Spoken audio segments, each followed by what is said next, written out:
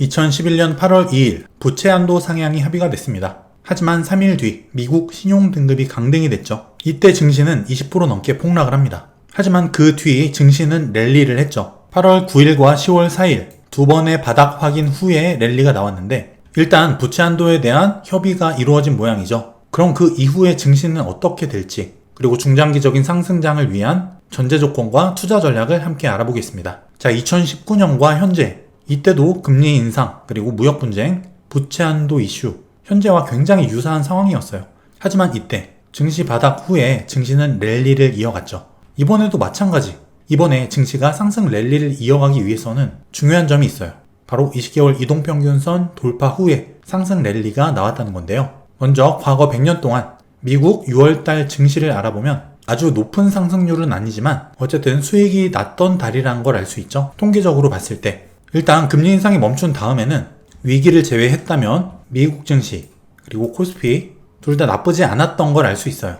물론 금리 인하 후에 증시 바닥 사례가 있지만 이거는 경기 침체가 연달아 나왔을 경우예요. 지금 가장 중요한 거는 6월 달에 있을 FOMC 금리를 동결할 거냐 한 번 더 올릴 거냐 이건데 얼마 전까지만 해도 금리 동결에 대한 의견이 우세했는데 지금 역전이 됐어요. 금리를 0.25% 인상하는 부분에 대한 의견이 다시 앞서기 시작합니다. 3분의 2 정도 되죠. 지금 역대급 최저치죠, 실업률이. 고용이 그만큼 탄탄하다는 거예요. 그리고 임금이 조금씩 올라가고 있다. 무엇보다 4월달 PCE, 소비지출, 가격지수가 올라가는 모양새다. 다소 매파적인 이야기가 나올 수 있는 상황인데 일단 제 개인적으로는 6월달에 금리가 동결될 가능성을 더 높게 보고 있어요. 일단 주거비의 하락폭이 조금씩 의미 있는 수준으로 떨어져 줄 수 있는 그런 시점이 됐어요. 그리고 제롬 파월 연준 의장도 지난 FOMC에서 추가 긴축에 대한 그 문구가 삭제가 됐는데 제롬 파월도 여기에 대해서 계속 언급을 하고 있습니다. 긴축을 멈추는 쪽으로 뉘앙스를 보여주고 있어요. 그러면 금리 인상이 일어난 다음 금리 인하까지 몇 개월이나 걸렸을까? 2000년도 이후에는 통상적으로 8개월 정도입니다. 즉 금리 인상이 마무리가 된 다음에 금리 인하까지 약 8개월이 소요가 됐다. 6월달에 금리 동결이 이루어진다면 플러스 8개월 내년 초 정도에는 금리 인하가 일어날 수 있다는 거예요. 물론 이거보다 더 땡겨질 가능성도 있겠죠. 주거비, 서비스 물가가 의미 있는 수준으로 하반기에 하락을 해준다면 말이죠. 그럼 6월달에 금리가 동결이 된다고 치면 적어도 올해 말 또는 내년 초까지는 증시가 양호할 것으로 예상이 된다. 유추를 해볼 수 있겠죠. 물론 중간중간 조정은 있겠지만 어느 정도 상승 랠리가 나와줄 수 있다. 특히 지금 나스닥 선물 차트를 보게 되면은 최근에 강한 상승이 나왔죠. 여기서 이 패턴을 깨고 내려갔다면 추가 조정이 깊게 나왔을 가능성이 있어요. 하지만 여기서 들어 올렸죠. 그리고 결국 부채 한도 협상이 긍정적인 방향으로 이루어진 걸 알 수 있어요. 이 지지 후 반등의 모습은 증시가 부채 한도 협상 타결을 어느 정도 선반영했다라고도 볼 수 있는 거예요. 비트코인 같은 경우도 어제 강한 장대 양봉이 뽑히면서 하락 패턴이 캔슬이 됐습니다. 부채 한도 협상 타결에 따른 전반적인 위험자산 시장이 반등했다는 걸 알 수 있어요. 물론 나스닥 선물 차트 기준으로 해서 지금 과매수권에 들어와 있습니다. 단기 조정이 가능한 구간이기도 하다. 특히 코스피 같은 경우에는 외국인이 계속 삽니다. 매수세가 계속 늘어나요. 3천억, 2천억, 26일에는 9천억 매수가 들어왔죠. 이렇게 외국인 매수세가 지속되는 이유, 어떻게 보면은 경기 저점에 대한 기대로도 볼 수가 있고 지금 환율이 어느 정도 1,300원 초반대에서 계속 유지를 해주고 있는데 높은 수준의 어느 정도 환율, 이거는 국내 자산에 대한 외국인 입장에서의 저평가로 연결이 되기 때문에 이런 여러 가지 측면이 작용했다고도 볼 수 있습니다.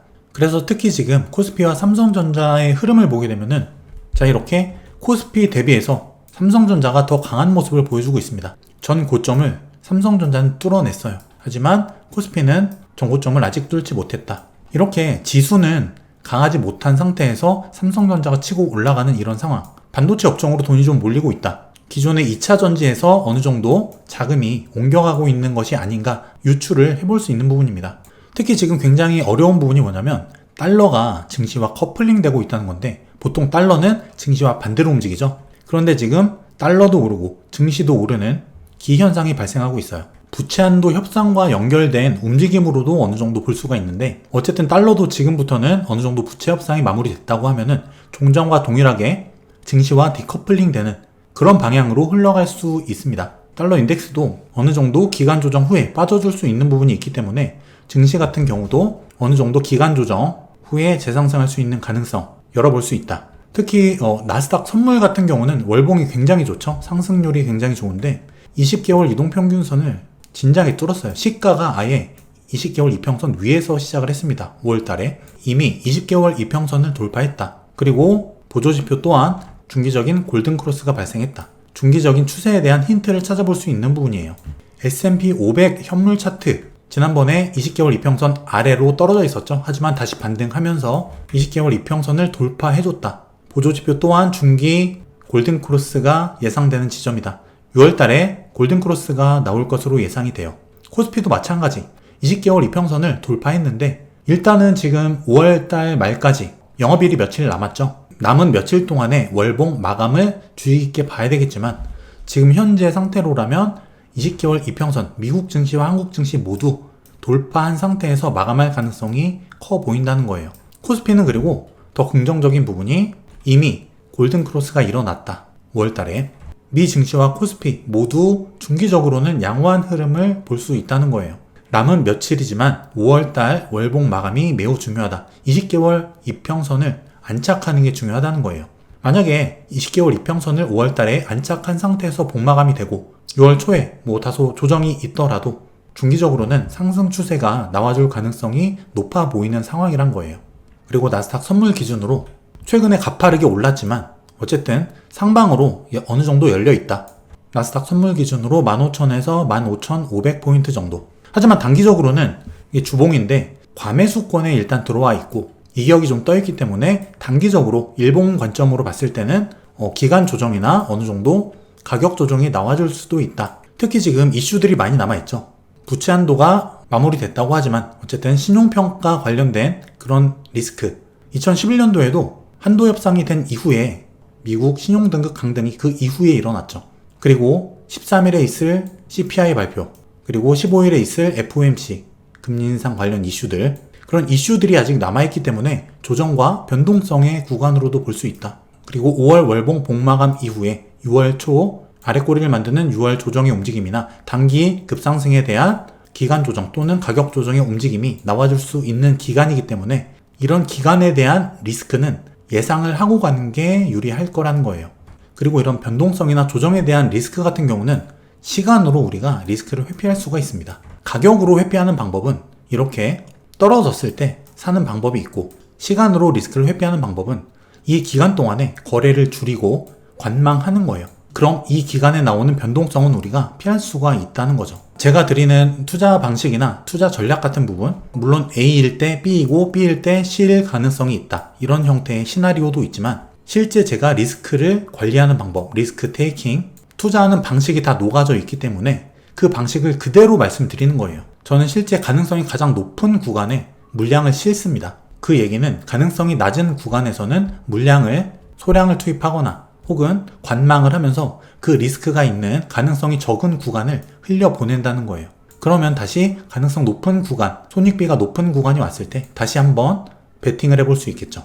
물론 이 방식은 10번 중에 6번에서 8번 정도 맞는다고 치면은 2번에서 3번 정도는 틀릴 수도 있다는 이야기가 됩니다. 하지만 이런 투자 방식과 리스크 테이킹, 리스크 관리 방법을 계속 반복한다면 자산은 복리로 늘어난다. 여러분들께서는 이런 시나리오, 증시가 이렇게 될 거니까 빠질 거니까 팔아라, 올라갈 거니까 사라 이런 관점이 아니라 저의 이런 리스크 테이킹, 리스크를 관리하고 리스크를 피하는 방식, 방법을 가져가시라는 거예요.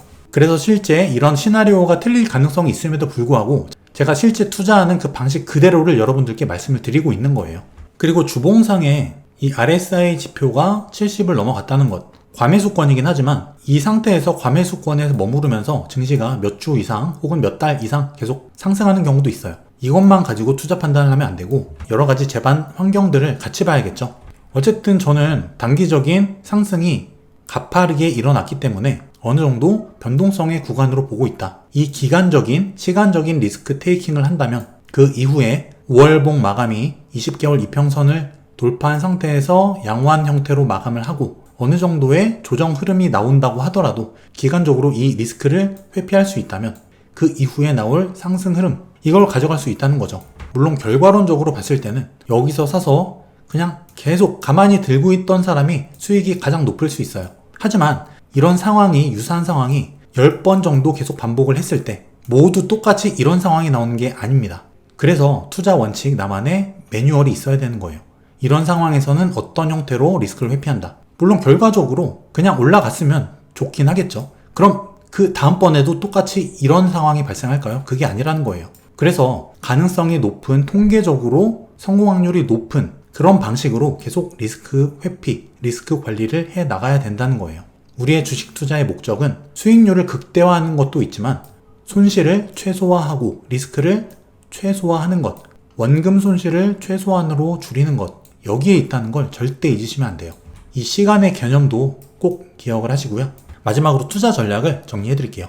6월달, 지금 비관론이 굉장히 팽배해 있는데 역사적으로는 나쁘지 않은 달입니다. 그리고 현재 부채 협상, CPI, FOMC, 물론 부채 협상이 어느 정도 마무리가 됐다고는 하지만 마무리의 과정이 남아있기도 하고 2011년도와 같이 한도 협상 이후에 신용등급 강등이라는 그런 악재도 나온 적이 있죠. 6월 초중순까지는 이런 주요 이슈들이 남아있기 때문에 변동성이 가능해 보이는 구간이다. 하지만 부채 협상이 일단 긍정적 마무리가 됐다는 것, 이 이슈가 선반영으로 인해서 증시가 상승한 것으로 볼 수 있다고 말씀을 드렸죠. 그 흐름 이후에 5월달 증시가 상승 마감한다면 이 상승 마감에 대한 일부 조정의 가능성도 6월 초 정도 열어둘 수 있다. 중장기적으로는 좋게 볼 수 있더라도.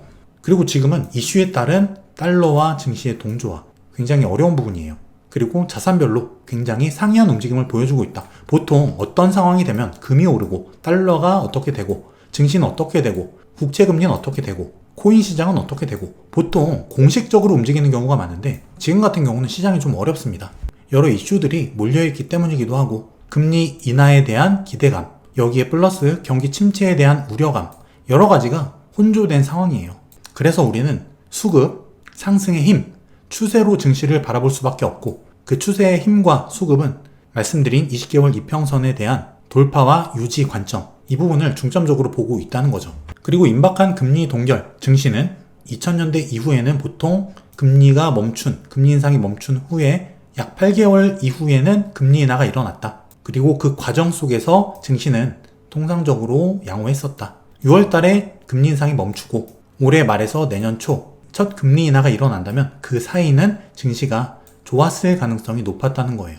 즉 올해 말까지는 중기적인 상승 추세가 일어날 가능성을 열어둘 수 있다. 그리고 5월 상승분에 대한 그리고 주요 이슈에 대한 이에 따른 단기 조정 가능성, 변동성 구간이라고 말씀을 드렸는데 이 부분도 한번 열어보자.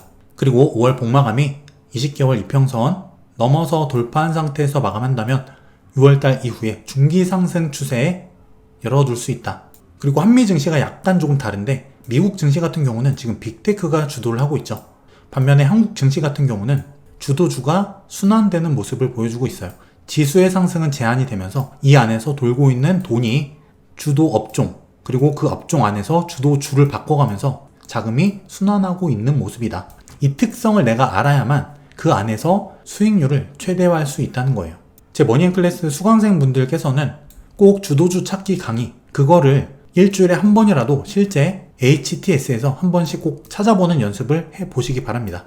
그리고 만약에 6월 달에 조정이 발생한다면 매수 관점으로 접근할 수 있다. 아까 말씀드린 제가 리스크 관리를 하는 방법, 특히 시간적인 부분, 여러분이 이런 방식 하나하나를 배워가고 내공이 쌓여 가셔야 돼요. 특히 주식시장에서 돈을 많이 버는 것도 너무 좋지만 너무 중요하지만 그게 다가 아니라는 거예요. 코로나 때 폭락장, 그리고 그 이후에 급등장, 그리고 또 한 번의 폭락, 그리고 지금 현재 반등장. 코로나 때 주식시장에 처음 들어오신 주린이 분들이시라도 사이클을 여러 번 겪어봤다는 겁니다. 지금도 주린이라고 할 수 없어요. 이 사이클들을 경험해보셨기 때문에 이제 내가 이런 사이클에서 어떻게 대처하고 리스크를 어떻게 관리하고 원칙이 어느 정도 만들어졌어야 된다는 거예요. 리스크 관리와 원금 손실을 회피하는 것, 가장 중요한 부분이다. 이걸 반복할 때 수익은 복리로 증가할 수 있다는 거예요. 제가 머니앤클래스에서 한번 배워 평생 써먹는 손실 없는 주식 투자 클래스를 오픈을 했어요. 지금까지 제 강의를 들으셨던 분들의 후기를 보면은 굉장히 만족을 하셨고 많은 도움을 얻어가고 계세요. 주식 투자의 기본, 투자 원칙과 마인드셋, 그리고 개미들이 손실을 보는 원리, 그리고 기업 분석, 목표 주가 구하는 방법, 차트 분석, 그리고 돈이 벌리는 주도주와 주도업종을 찾는 방법, 달러 환율을 이용한 투자 수익 극대화 방법, 돈 버는 실전 매매 노하우, 경제 위기를 예측하고 수익 내는 방법, 그리고 우리들이 평생 지켜야 할 투자 원칙들, 주식 초보와 주린이 분들한테 꼭 필요한 내용이에요. 고정 댓글에 링크 남겨드릴 테니까 이 강의를 통해서 손실 없는 주식 투자, 여러분들만의 원칙을 가지는 투자, 주린이가 아니라 진정한 투자자로 거듭날 수 있는 여러분들이 되시길 바라겠습니다. 제가 증시를 기술적으로 구체적으로 이거를 풀어드리진 않지만 어쨌든 지금 과정은 상승 파동의 한 가운데 있는 과정으로 보고 있습니다. 계속적으로 이 흐름을 지켜보면서 여러분들께 브리핑을 해드릴게요. 5월 마무리 잘 하시고요. 새로운 한 달을 위해서 많이 준비하고 공부하시는 상승가족 여러분들 되시기 바라겠습니다. 긴 영상 끝까지 봐주셔서 감사드립니다.